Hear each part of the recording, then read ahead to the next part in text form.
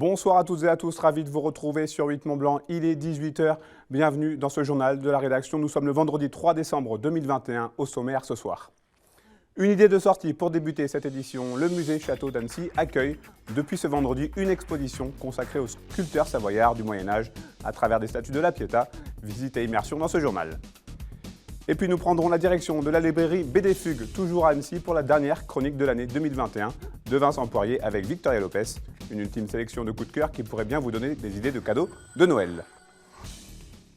Une fois n'est pas coutume, nous débutons ce journal avec une idée de sortie, direction le musée Château d'Annecy, pour découvrir une exposition sur les sculpteurs savoyards de la fin du Moyen-Âge au travers des statues de la Pietà. Cette exposition qui avait déjà eu lieu pendant le deuxième confinement, mais également en avant le travail de collaboration mis en place entre les commissaires et les scientifiques. C'est un reportage de Manon Toiti. La Vierge de Pitié, les larmes aux yeux et le teint terne. Au musée Château, on les retrouve par dizaines, certaines plus pâles que d'autres. Difficile alors d'imaginer que ces statues étaient autrefois recouvertes de peinture. Pourtant, des études de scientifiques grenoblois ont montré que ces Pietà arboraient d'autres styles, bien plus divers et riches en couleurs. On voit des œuvres magnifiques et on essaye de voir derrière comment les sculpteurs ont travaillé pour les réaliser, dans quels ateliers ils étaient, comment ils étaient organisés et quelles techniques ils ont employées et quels matériaux ils ont employés. Et là, ça nous aide un petit peu à voir qu'elles avaient des robes d'un rouge éclatant, que les manteaux étaient faits en bleu azurite, qui était une pierre qu'on trouvait dans des mines dans le Rhône, qui était un bleu complètement éclatant et qu'elles étaient abondamment dorées. Après 3 ans de recherche, les physiciens ont réussi à prouver que les sculpteurs de l'époque utilisaient une technique appelée le brocart. Précision et illusion étaient les maîtres mots. On sculptait des motifs qui étaient ensuite appliqués directement sur les œuvres, des motifs souvent floraux, qui étaient dorés et qui donnaient l'illusion en polychromie, c'est-à-dire en peinture, de riches velours. On habillait la Vierge de riches velours, de riches soieries, en fil d'or et d'argent, mais c'était une illusion de polychromie. Cette exposition a été possible grâce à un partenariat entre l'Université de Grenoble-Alpes et les musées d'Annecy. L'occasion pour tous de faire parler ces œuvres savoyardes datant du XVe siècle. Et j'ajoute que cette exposition est donc à découvrir au musée Château d'Annecy jusqu'au 14 mars 2022. Alors que 9 cas du variant Omicron de la Covid-19 ont été confirmés en France, selon Santé publique France, chez nos voisins suisses, il semble progresser également. 2 cas ont été découverts sur l'un des campus de la très célèbre École internationale de Genève. 2000 personnes, dont 1600 élèves, ont donc été immédiatement placées en quarantaine pour une durée de 10 jours. Et puis toujours en Suisse, la 43e édition de la course de l'escalade aura lieu ce week-end dans les rues de Genève. Après l'annulation de l'année dernière, les organisateurs doivent faire face à de sérieuses contraintes sanitaires. La condition sine qua non pour que tout se passe le plus normalement possible pour les 20 000 participants. C'est un reportage de Gilles Méliot de nos confrères de Léman Bleu. De ce côté-là, n'importe qui peut se balader. À partir de là, il faut montrer patte blanche et avoir le certificat Covid. Un petit parfum de Fornox. Les bastions porteront cette fois bien leur nom. Il faudra montrer son certificat Covid pour accéder au cœur de l'événement, que l'on soit coureur ou spectateur de plus de 16 ans, avec un masque et un bracelet en guise de sésame qui permettront de ne pas renouveler les contrôles qui seront effectués à chaque entrée du parc par une 60aine de bénévoles et des agents de sécurité. Les mesures seront plus souples pour les parents qui accompagnent leurs enfants. Pour se présenter au départ ou se présenter à l'arrivée, non, pas besoin de certificat Covid. Même pour venir chercher le dossard, on n'a pas besoin de certificat Covid. Uniquement le port du masque est obligatoire. Les dossards sont récupérés à l'entrée principale des bastions. Le bracelet est remis ensuite après un passage dans des sas dédiés. Des mesures sanitaires qui ont déjà engendré un surcoût de 150 000 francs. L'escalade sera déficitaire cette année. Jauge réduite, ça veut dire à peu près 850 000 francs de rentrée en moins. Malgré tout, on a quand même des infrastructures à monter, des installations à faire. Et là, on estime aujourd'hui à une perte à peu près de 250 000 francs encore. Il reste aussi l'incertitude quant au plateau élite. Si le Kenya entre sur la liste rouge des pays à risque, les athlètes qui arrivent toujours au dernier moment ne pourront pas être là. Malgré cette ambiance pesante, les participants sont ravis. Ça fait des semaines et des mois qu'on s'entraîne et à quelque part on essaie de faire abstraction et focus sur cette course qui nous voit enfin en lieu. Je suis ravie, on est des sportifs, ça devrait bien se passer. Je suis assez impatient, je me réjouis de pouvoir retrouver cette ambiance qui nous avait tant manqué. On espère pouvoir avoir la fête qui va avec la course. C'est un moment qui nous rassemble. C'est important de mettre les précautions en place pour que rien ne vienne gâcher la fête. Et je suis très contente de pouvoir courir dans ces conditions. 23 000 coureurs s'élanceront par groupe de 300 maximum dans leurs catégories respectives dès 11h samedi. Il faudra penser à son masque avant et après l'effort et surtout prévoir un peu plus de temps que d'habitude pour rallier la ligne de départ. Un retour en France ce week-end marque la date d'ouverture totale ou partielle de plusieurs stations et domaines skiables en Savoie-Mont-Blanc. En Haute-Savoie, on peut citer la Clusaz, le Grand Bornand, Châtel ou encore le Seine-Noz. En Savoie, les stations des Trois-Vallées notamment accueilleront leurs premiers skieurs. Ce sera également le cas à Sainte-Foy-Tarentaise. Et pour en parler, je suis en liaison vidéo avec vous, Delphine Counil. Bonsoir. Bonsoir. Merci de nous consacrer quelques minutes. Vous êtes donc la directrice générale de Sainte-Foy Tourisme et vous avez donc choisi d'ouvrir ce week-end en pré-ouverture. J'imagine déjà que la neige est au rendez-vous? Oui, la neige est extrêmement au rendez-vous. On est super heureux. C'est vrai que pour nous, ce week-end, c'est vraiment le week-end des premières, puisque après ces 2 années difficiles, donc enfin, on va pouvoir refaire chauffer un peu les spatules. En plus de ça, c'est l'inauguration de notre télésiège de l'Arpette, qui est donc en prolongation du télésiège de Grand Plan. Et en plus de ça, c'est la première fois que notre destination fait un week-end de pré-opening. Est-ce que tout est prêt justement pour ces premiers coups de spatule demain matin? Alors, dans le cadre de notre inauguration, donc Monsieur le maire va recevoir plusieurs personnalités et puis notamment proposer le coupage de ruban. Donc on attend Monsieur Jean Souchal, donc PDG de Poma. On attend Vincent Roland, le député de notre circonscription, et également Monsieur Laurent Wauquiez, qui est le président de la région Auvergne-Rhône-Alpes. L'idée, c'est de justement découvrir ce nouveau télésiège, de se faire quelques petites sessions de ski pour les volontaires et de terminer justement avec un discours. Et puis après, on a plein d'animations qui sont organisées, notamment donc, des concerts en plein air qui vont être sur le front de neige, et également dans le cadre de l'action de France Montagne, vraiment en soutien justement à tous les massifs, de participer à l'action cet hiver je skie. Et donc nous allons avoir une descente au flambeau avec nos écoles qui sont présentes sur notre territoire samedi soir. Cette année, c'est un cru un peu spécial pour Sainte-Foy-Tarentaise puisque la station fête ses 30 ans. Oui. En effet, initialement, nous avions prévu de les fêter sur la saison dernière, et puis bien évidemment, face aux difficultés des conditions sanitaires, nous n'avons pas pu le faire. Donc c'est pour ça que nous profitons en fait de ce week-end des premières pour justement fêter les 30 ans de la station et également mettre en avant notre ski club, puisqu'en effet, c'est aussi leurs 100 ans pour cette année. Vous avez aussi décidé de proposer justement pour ces 2 jours des tarifs attractifs. Oui, on est plutôt sur on a fait le choix de permettre aux personnes de faire soit du ski une journée, soit du ski sur 2 jours. Donc on est sur un forfait à 15 € pour une journée et à 20 € pour les 2 jours. Vous l'avez évoqué, l'inauguration du télésiège de l'Arpette. En quoi il va vous changer la vie, ce nouveau télésiège? Eh bien, c'est simple, c'est un gain de temps extraordinaire pour justement atteindre le sommet de notre domaine. Donc on va passer, on va vraiment, au lieu de passer 20 minutes sur le télésiège, on va en passer plus que 5 minutes. Donc c'est plutôt un bon timing pour nos grands amoureux du ski. Dernière question, Delphine.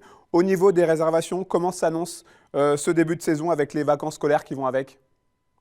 Alors c'est sûr que l'accélération de la difficulté de la crise sanitaire fait que comme notre clientèle, on est un peu dans l'attentisme. Maintenant, on a bon espoir. On pense que malgré tout, notre clientèle sera au rendez-vous. Nous, en tout cas, le territoire, on est tous mobilisés. On les attend tous même si on ne nous verra pas à travers nos masques, avec le sourire. On n'a qu'une envie, c'est de reprendre une activité et une vie presque normale, puisqu'en effet, tous les protocoles sanitaires sont mis en place sur le territoire. Merci beaucoup, Delphine Counil. Et j'ajoute que l'ouverture officielle à Sainte-Foy-Tarentaise est prévue le 11 décembre prochain. Merci à vous. Merci beaucoup. La semaine dernière avait lieu à Poisy l'inauguration du nouvel atelier de formation aquacole de l'ISETA, l'Institut des sciences de l'environnement et des territoires d'Annecy. Ce nouveau site complètement rénové représente un investissement de 3,9 millions d'euros, dont presque la moitié a été financée par la région Auvergne-Rhône-Alpes. L'écloserie, c'est son nom, est un outil pédagogique destiné aux étudiants. Il comprend des salles d'élevage et de culture qui reproduisent des conditions d'un milieu naturel aquatique. On écoute quelques réactions recueillies sur place par Hugo Guirez. La formation en aquaculture à l'ISETA, eh bien, elle a près de 50 ans d'âge, puisque c'est à la fin des années 70 qu'on a monté les premières formations en aquaculture. Aujourd'hui, à l'ISETA, on forme des jeunes à partir de la post-troisième, donc à partir de l'âge de 15 ans jusqu'à l'âge de 20 ans. Ils peuvent sortir de notre institut avec un bac +3 dans le domaine de l'aquaculture. Alors la région, très concrètement, accompagne ce projet aquacole, de filière aquacole sur l'ISETA, à hauteur de 2 millions d'euros.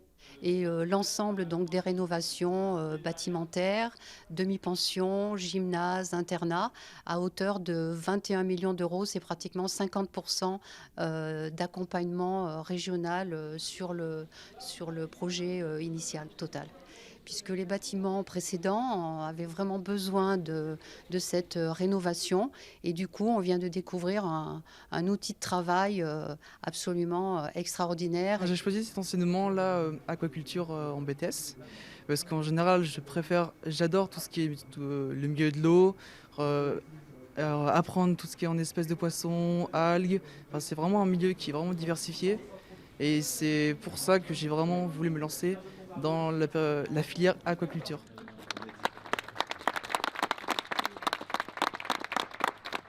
Nous sommes vendredi et sur 8 Mont-Blanc, qui dit vendredi dit bande dessinée. C'est donc l'heure de notre chronique BD Fugue. Victoria Lopez et François Pirot ont donc rendu visite à Vincent Poirier pour les derniers coups de cœur BD de cette année 2021. De quoi vous donner peut-être des idées de cadeaux pour vos proches. Regardez. Bonjour à tous, bonjour Vincent. Bonjour Victoria. Ravi de te retrouver pour cette dernière chronique de l'année et tu nous as encore dégoté de jolis coups de cœur. Oui, c'est la dernière de l'année, il faut terminer en beauté et j'avais envie de varier un petit peu les plaisirs avec déjà de la bande dessinée jeunesse parce qu'il y a de la très très belle bande dessinée jeunesse qui est sortie et je pense que c'est une bonne période pour faire lire. Nos jeunes têtes blondes, Les Bergères Guerrières vient de se terminer au tome 4. Bergères Guerrières, c'est une saga de fantasy. Alors la fantasy, c'est genre du Seigneur des Anneaux, mais ici, c'est à l'échelle effectivement d'enfants qui vont être les personnages principaux de cette histoire. C'est pas parce que ce sont des enfants qu'on est dans une histoire régressive. En fait, même en tant qu'adulte, on va prendre énormément de plaisir à lire Les Bergères Guerrières, qui ont un contexte un petit peu particulier. Dans ce village, les hommes sont partis à la guerre il y a fort longtemps. Ils sont pas revenus et donc c'est les femmes qui reprennent, on va dire, un petit peu les rênes et notamment elles deviennent des bergères guerrières. Donc les demoiselles, quand elles deviennent un peu plus grandes, elles doivent passer des épreuves, tirer à l'arc, tout ça pour montrer qu'elles sont effectivement un petit peu supérieures à la logique immédiate qu'on leur prête et elles vont effectivement devoir s'en sortir avec de la sorcellerie, s'en sortir avec des rebondissements. Il y a une intelligence absolument dingue dans le scénario. Et puis le dessin est de toute beauté. Amélie Fléché, qui dessine, vient de l'animation. Et elle a un graphisme qui est extrêmement dynamique. Les couleurs sont magnifiques. Et la narration est formidable, puisqu'on se laisse complètement prendre du début jusqu'à la fin. Il n'y a pas de temps mort, on est complètement happé par le récit. Et un très très beau cadeau des auteurs, un album de BD. Classiquement, ça fait une 50aine de pages. Il en fait une 100aine ici. Pour terminer, ils auraient pu faire ça en un album de plus. Ils ont décidé de tout mettre dans le 4e, mais on a une grande et belle histoire pour terminer. Donc voilà, de l'aventure, du fantastique, de l'émotion et une très très belle saga en 4 volumes désormais terminée avec Les Bergères Guerrières. Ça a l'air très chouette en tout cas Ça pour les jeunes et peut-être les moins jeunes aussi. Et peut-être les moins jeunes, tout à fait. Et on va passer à une BD, cette fois plutôt destinée aux adultes. En parlant des moins jeunes, oui, tout à fait. Il y a Pascal Rabaté qui est un des plus grands auteurs de bande dessinée. Il est connu pour des titres comme Les Petits Ruisseaux, qu'il avait lui-même adapté au cinéma. Et ici, Sous les galets et la plage, c'est son dernier album. Très sincèrement, c'est un album remarquable. Pour moi, il est dans les 5 meilleurs de l'année. C'est d'une intelligence. Il faut que tu vois déjà le dessin est très doux. Une intelligence dans l'écriture, dans les dialogues et dans les personnages aussi. Il va se passer un certain nombre de choses qui sont, j'en dirais, à la fois étonnante et en même temps grisante, puisqu'on démarre avec 3 jeunes hommes. Ils ont 18 ans, on est au début des années 60, et les parents sont partis. On vous fait confiance les garçons maintenant, on prend nos vacances, vous restez un petit peu. De toute façon, ils habitent au bord de la mer, donc formidable. Ils vont passer un bel été, sauf qu'une fois que les parents sont partis, on va à la cave, on débouche une bonne bouteille, on se fait plaisir, on finit le soir sur la plage, et là, il y a une demoiselle, Odette. C'est peut-être pas son vrai prénom d'ailleurs, mais qui arrive et qui se joint à eux, elle boit un coup avec eux, elle se met toute nue, c'est un bain de minuit, ils sont euphoriques face effectivement à cette situation. Elle est belle comme un cœur, et puis elle disparaît de leur vue. Ils vont peut-être plus jamais la voir, quoique finalement le hasard, le destin va la remettre sur leur route, et on va nous découvrir qu'elle a des fréquentations peut-être pas tout à fait remarquable de ce côté-là, puisqu'effectivement, elle va les emmener sur une ambiance beaucoup plus polar, un revirement complet de situation et une histoire de chantage qui va prendre une allure étonnante. Les dialogues, c'est une merveille. Il y a des passages, j'ai même eu envie de les noter tellement c'était extrêmement bien dit. Il y a vraiment cette finesse et une gouaille par moment aussi qui fonctionne extrêmement bien. Histoire complète, sélection au prix du meilleur album d'Angoulême, et voilà, petite pépite du moment sous les galets. La plage. C'est intriguant en tout cas, ça donne envie.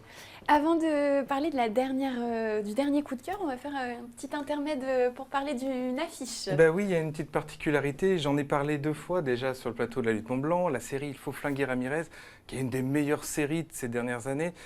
Eh ben, l'auteur me l'avait promis, ça y est, c'est fait, il nous a fait une affiche numérotée et signée à 250 exemplaires, qui vient signer ce samedi à la librairie. Donc il y aura une dédicace spéciale pour l'affiche et pour les albums aussi, où il a fait fabriquer des tampons spéciaux dans ce cadre-là.